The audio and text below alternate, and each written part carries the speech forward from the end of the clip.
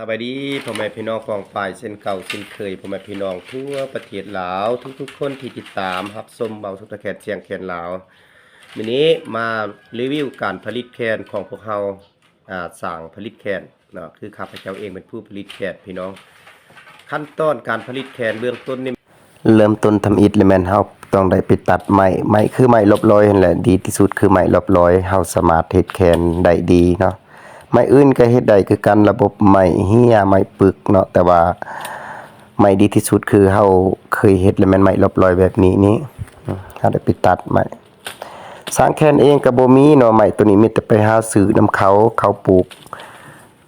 หาวันบ่มีเนาะบ่ทันได้ปลูกไม้ตัวนี้มีแต่ไปขอซื้อนำเขาขอตัดนำเขาถือว่าไม้นี่สุดยอดเลยความบางพอดีหน้าพอดีไม้ซุมนี้คักหลาย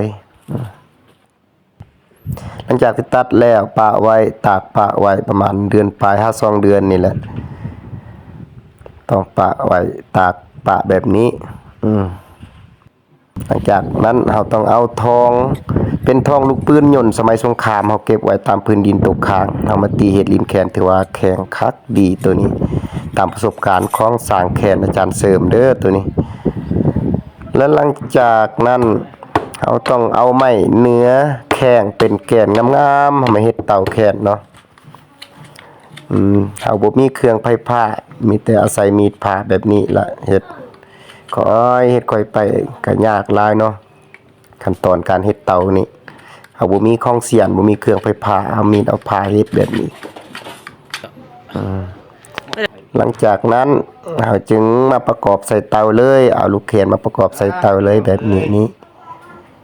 แต่มันก็สิอึดบ่อนขี้สูตรนั่นแหละพี่น้องเอ้ยขี้สูตรธรรมชาติสดๆหายากพี่น้องดีงามๆพี่น้องเอ้ยประมาณนี้เนาะพอดีปีนี่ขั้นตอนการประกอบใส่เตาสั่งซื้อได้เด้อต้องประกอบแบบนี้นี่เป็นแขนไม้เนาะแขนไม้เฮ็ดไม้ประกอบแล้วก็เฮ็ดเสมอส่วนกกส่วนปลายมันเสมอให้เสมอฉะนั้นเราก็เอาไม้เสียบค้ำเพื่อ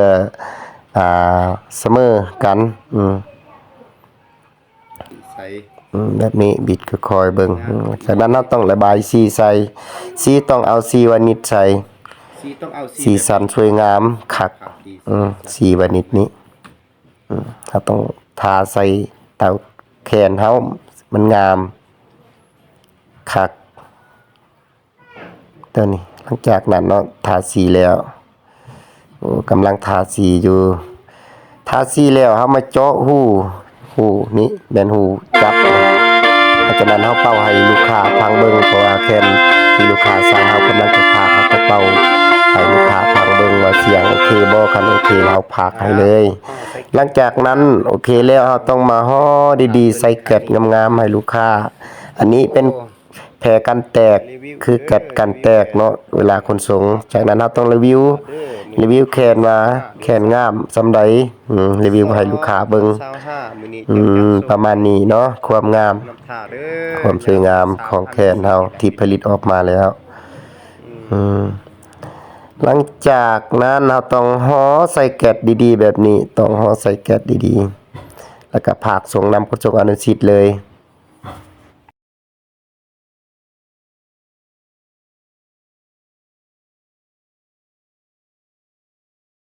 ถ้าใดสนใจ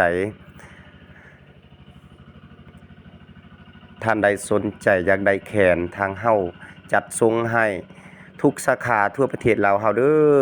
สนใจแขนหยัง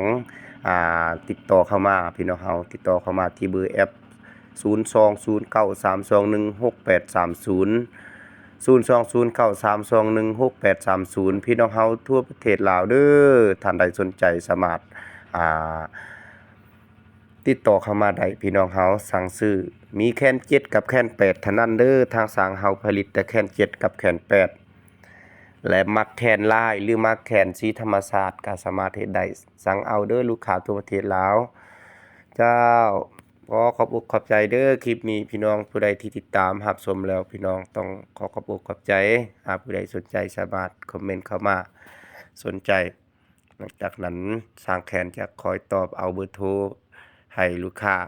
ทักหาทางแอปเนาะ